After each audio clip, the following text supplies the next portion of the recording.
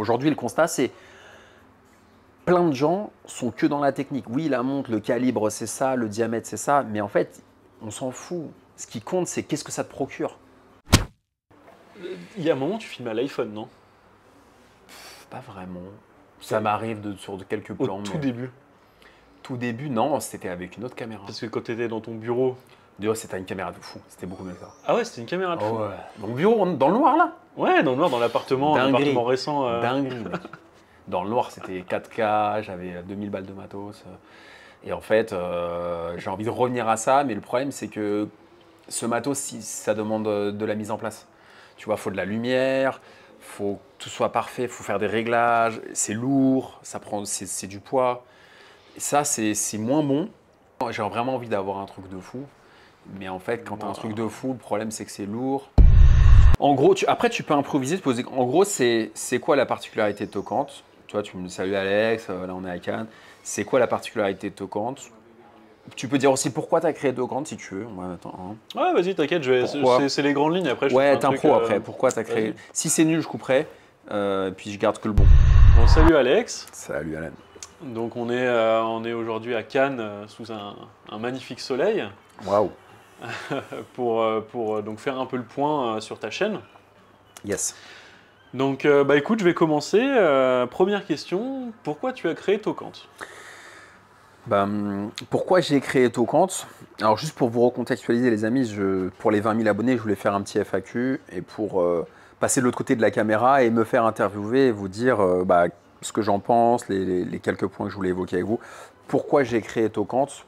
Parce que je m'ennuyais, c'était pendant le premier confinement, c'était en 2020 et j'étais à Nantes, entre Nantes et le Pouliguen. Pour ceux qui connaissent le Pouliguen, les amis, franchement on est bien là-bas. J'avais une Air King, donc la 116-900 un peu grosse et décriée. Et j'avais une caméra, une petite caméra, un petit micro de vlogueur. Et je me dis, je m'ennuie. Il y avait les histoires de, tu sais, il fallait mettre un mot, machin, pour sortir, c'était l'enfer. Et il faut que je crée du contenu, vu que je suis un peu hyperactif sur les bords. Hyper créatif plutôt qu'hyperactif. Et face cam, je disais ce que je pensais, avec un franc-parler, comme d'hab. Et voilà comment est né Tocante. Parce que j'étais passionné de montres. J'avais une montre sous la main et j'avais une caméra. Et franchement, pendant le confinement, tu pouvais rien faire. Pendant le premier surtout. Et du coup, tu faisais feu de tout bois, quoi. Ceux qui avaient un tapis de yoga, ils se sont mis à aimer le yoga. Ceux qui avaient des haltères, ils se sont mis à aimer de faire la muscu. Ceux qui avaient Netflix, ils ont regardé toutes les saisons, des trucs qu'ils n'avaient pas regardé. Moi, j'avais une caméra, une montre. Je me suis dit, je fais quoi? Je vais faire une vidéo. Je vais balancer ça, chercher un nom. Je me suis dit, est-ce que je vais l'appeler Breloque, Tocante ou je sais pas trop quoi. Et j'ai choisi Tocante, c'est un peu le mot argot pour dire montre. Est-ce qu'il y a un S, est-ce qu'il n'y a pas d'S? Tu vois, j'étais un peu comme ça, quoi. J'ai fait un petit logo à l'arrache sur Canva. Et puis j'ai lancé le truc. Et feu. C'est quoi la particularité de Tocante? Je voulais apporter le franc-parler dans l'horlogerie. Alors maintenant, ça s'est beaucoup développé. Tu vois, on est en 2023. Le moment où on fait la vidéo, on est en octobre 2023. Et il y a plein de gens qui font ça et qui le font très très bien. Mais à l'époque, et surtout encore avant, tu avais deux forums sur Internet. Tu avais un forum qui s'appelait Forum à montre et Chronomania. Et en fait, moi, ce que j'aimais pas dans ces forums, peut-être que j'ai eu une mauvaise expérience, mais il y avait des trucs hyper sympas. Mais c'est que quand tu étais débutant, à l'époque, je te parle de ça, j'avais commencé à poster en 2013, 2012, donc c'était vraiment dans un autre monde, il y a plus de 10 ans. Et je voyais des gens se faire éclater. Ils postaient une question, oui, etc. Et les gens, tu vois, il y avait un côté expert, professeur tournesol de l'horlogerie, un peu technique. Et je trouve qu'il n'y avait pas forcément de bienveillance envers les newbies, quoi, les débutants. Il y avait un côté un peu, tu sais, tu avais les membres des forums qui avaient plein d'étoiles parce qu'ils sont très présents, tu vois, un peu, ça roulait des mécaniques. Et moi, je me dis, c'est pas ma définition du truc. J'aime aussi beaucoup les voitures, ce qui fait un point commun nous concernant. Et je trouve que dans les voitures, il y avait depuis quelques années des créateurs de contenu qui vulgarisaient les voitures. Je ne vais pas forcément citer de nom, mais ça vulgarisait les voitures. Bon, on peut dire par exemple Boiserie, par exemple, tu vois, ou d'autres, ou GMK, ou Akram, ou d'autres, qui vulgarisaient la voiture en disant en gros, voilà, on va essayer des bagnoles à 100 000 balles, etc. Et puis on est en jogging habillé à l'arrache, on filme mal, on rigole, il n'y a pas les codes du luxe, il n'y a pas les codes de comment filmer. En fait, monsieur, madame, tout le monde peut faire des vidéos. Et dans l'horlogerie, il n'y avait pas ça à l'époque. Maintenant, il y a. Hein. Il n'y avait pas ça. Tu n'avais que des gens qui se tenaient très droit, qui étaient avec une cravate là, la petite veste de costume et avec un côté un peu donneur de leçons, un peu expert. Et moi, ça me saoule en fait, le côté expert. Je trouve qu'on est tous les mêmes, on va tous aux toilettes de la même manière. On a tous deux bras, deux jambes et je pense qu'il ne faut pas péter plus haut que son cul. Il faut être franc, il faut être simple. Et je trouve que ça n'existait pas dans l'horlogerie, qu'il y avait un côté un peu snob, un peu élitiste, un peu hautain. Et du coup, je me suis dit, à ma modeste mesure, à ma manière, si je peux apporter un peu de fraîcheur dans le ton, j'y vais. Et c'est pour ça que j'ai fait ça. Et donc du coup, tu as commencé à l'époque dans un studio à moitié dans le noir, à présenter tes montres. Explique-nous comment ça se passait à l'époque, qu'est-ce qui a changé depuis? Je vais vous dire un truc que je vous ai jamais dit en fait, c'est que j'étais entre Nantes et la région parisienne. J'avais acheté un petit studio à l'époque qui était un investissement locatif et ensuite j'en ai même fait un moment ma résidence principale. C'était une horreur. Je croyais que j'allais mourir là-dedans. Je me faisais chier, c'était horrible. Et vu que je suis un peu un geek technique, comme je t'ai dit un peu hors antenne, je me suis mis à acheter du matériel, à essayer de comprendre la vidéo, la 4K, 25 images secondes pour le rendu cinéma, le flou d'arrière-plan, l'obturation, les ISO, les lumières. En fait, tu vois, j'ai vraiment geeké le truc. Je me suis dit, je vais acheter du matériel et me faire un setup dans le noir avec des lumières qui m'aveuglent. Un rendu le plus cinéma possible. Alors, il y a plein de défauts sur l'image, mais j'ai vraiment essayé de me prendre la tête. Et avec ce franc-parler, en fait, j'ai mixé l'horlogerie, le franc-parler et un setup un peu sympa. Et c'est vrai qu'il y a plein de gens encore aujourd'hui qui me disent « Ah là, mais j'adorais cette époque-là. Quand je vois ta bannière YouTube, pour moi, ça fait pas penser à Tokan. Parce que pour moi, Tokan, c'est dans le noir, c'est quand tu parles à ton bureau, etc. » Enfin, je pense que ça a vraiment nourri l'image et l'ADN. C'était tout petit. Je me faisais vraiment… je m'ennuyais à fond. Et du coup, je crée du contenu. En fait, ma vie, c'était bosser, courir. Je déteste la course à pied, mais je me suis mis à courir et à faire des vidéos. Donc, j'étais vraiment sur ces trois piliers. Et j'ai adoré. Et franchement, on dit souvent qu'il faut être un peu clivant pour que ça marche. Je ne sais pas si j'étais clivant, mais en tout cas, j'étais le mec qui disait ce qu'il pense et qui s'en fichait des conséquences parce que ma vie ne dépend pas de Tocante. Voilà. Aujourd'hui, je professionnalise ça. J'en suis très content. C'est grâce à vous, puisque la chaîne se développe. J'ai beaucoup bossé aussi dessus, hein, parce que je fais 99% des choses moi-même. Aujourd'hui, je fais encore tous les montages, les tournages. Je suis tout seul, j'ai pas d'équipe.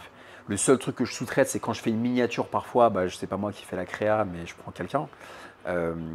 Mais du coup, pour revenir à ton point, c'est que bah, voilà, j'étais dans le noir. Il y a des mecs qui me clashaient, qui me disaient mais achète-toi une lumière au lieu de t'acheter des montres, allume la lumière, etc. Et je me suis éclaté. C'était une super époque. Qu'à un moment, j'ai arrêté parce qu'en fait, j'ai vendu ce petit appartement. Donc du coup, j'avais plus ce setup et du coup, j'ai changé de caméra. Je suis parti avec un truc un peu plus léger et voilà. D'accord, et c'est pour ça après que du coup tu as évolué tes formats de vidéo. Parce que techniquement, j'avais plus ce setup. T'avais plus le. J'avais plus ce studio, le noir, le truc. Donc en fait, par la force des choses, de fait, j'ai dû switcher. Mais c'était pas un choix. En fait, j'aurais aimé garder là-dedans.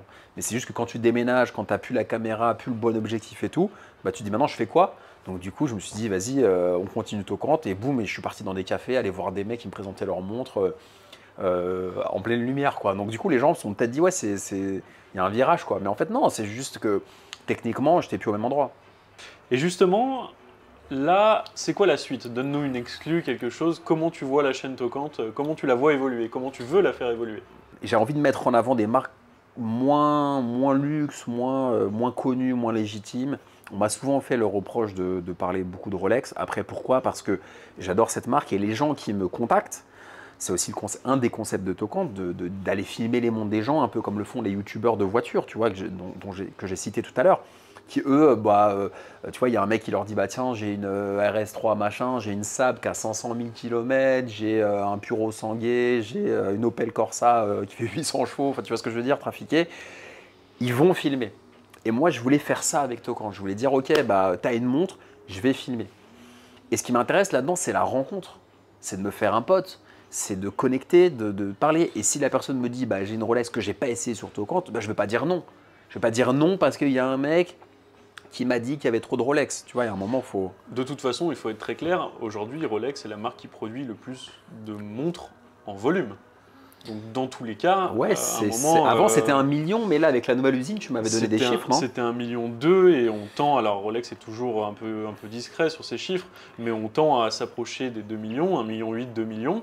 Derrière, on a le groupe Cartier avec 800 000 montres. Donc parler de Rolex, déjà, ne serait-ce que par la qualité, ça c'est sûr, mais il faut aussi savoir que c'est le fabricant numéro un. C'est comme si on disait, bah voilà, on va parler de voitures généralistes, mais on va pas parler de la Golf ou de la Clio. C'est con, puisque c'est de toute façon les numéros 1 de la production. C'est vrai que c'est une marque qui est très clivante, Rolex. Et t'as des gens qui adorent et qui m'envoient tout le temps des messages, j'adore, machin, parle de ça, parle de ça. Et t'as des gens qui se désabonnent parce que je parle de Rolex. Je te jure, on est à ce point-là. Hein. T'as des gens qui me disent, je reçois des commentaires parfois, tu parles trop de Rolex et ça unfollow, ça se désabonne. Et, euh, et ce qui est très drôle, ça faut quand même que je le dise, hein, c'est pas une vidéo de clash ou de règlement de compte, c'est pas. À chaque fois que la personne me met un petit taquet parce que je parle de Rolex, c'est jamais quelqu'un qui a une Rolex. C'est souvent comme ça. Je lui dis, mais par curiosité, toi, t'as quoi comme montre? Et là, ça parle plus, enfin, ça parle chinois, comme on dit. Mais c'est toujours quelqu'un qui n'a pas de Rolex. Quelqu'un qui a des Rolex, que ce soit un peu vintage ou actuel, il va pas venir m'enquiquiner parce que je parle de Rolex. C'est tout le temps quelqu'un qui n'a pas de Rolex. Et qui peut-être que secrètement, il aimerait en avoir une, mais les finances ne suivent pas. Et du coup, il a une frustration en fait de se dire ah, ça m'enquiquine de. Mais c'est souvent quelqu'un, 95% du temps, qui n'en a pas. Donc, moi, j'ai pas de jugement à avoir. Après, je cherche pas à rentrer dans le clash, mais je me suis un peu égaré de ta question. Non, bah les nouveautés. Les nouveautés de Tocant, c'est de montrer en immersion ce que c'est que l'horlogerie sur un ton détente, caméra au point. Je vais peut-être essayer de m'exciter un peu sur de la 4K à 25 images secondes avant, mais je t'avoue, j'ai pas d'équipe derrière moi, donc faire des tournages comme ça, c'est un peu compliqué. J'ai tourné chez un marchand du gris, comme je t'ai dit. Je veux rencontrer des gens qu'on montre pas. Tu vois, mon rêve, ce serait, Alan, d'aller interviewer un mec de 80 ans dans un atelier qui rénove des montres au fin fond d'Angers, de Nantes, du Morvan, de la Nièvre, qui est là avec des bougies, avec des lumières, tu vois, des doigts avec de l'arthrose, tu vois. C'est ça mon Graal en fait. Mon Graal, c'est de montrer des trucs qu'on voit pas. J'aime pas les choses trop lisses. J'aime pas quand c'est trop nickel. J'aime bien quand c'est nickel dans la forme parce que j'ai quand même le sens j'aime bien les belles choses, mais je veux qu'il y ait la forme et le fond.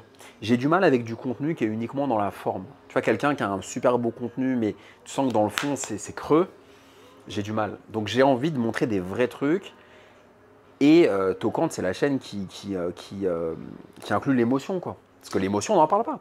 Du coup, si quelqu'un crée une marque de montre tout petit, a un concept, etc., elle peut te contacter pour éventuellement faire une vidéo. Bien sûr. Bien sûr qu'elle peut me contacter. Et même si elle n'a pas de budget, elle peut me contacter. Je ne vais pas lui dire une vidéo, ça va te coûter tant, etc. Bien sûr que je préfère que ce soit du donnant-donnant. Parce que moi, ça me coûte cher de faire une vidéo, ça me coûte du temps. Aujourd'hui, comme je te l'ai dit en off, je fais le tournage, la recherche, même si j'improvise beaucoup, comme tu le sais.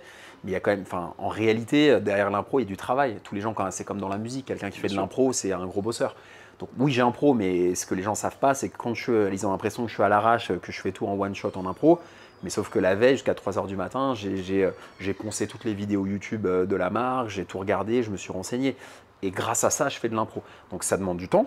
Il y a le tournage, il y a le matos, il y a le montage, je le fais moi tout seul sur Final Cut. Et puis après, je paye un freelance parfois pour faire une miniature quand j'ai besoin d'aller faire une miniature.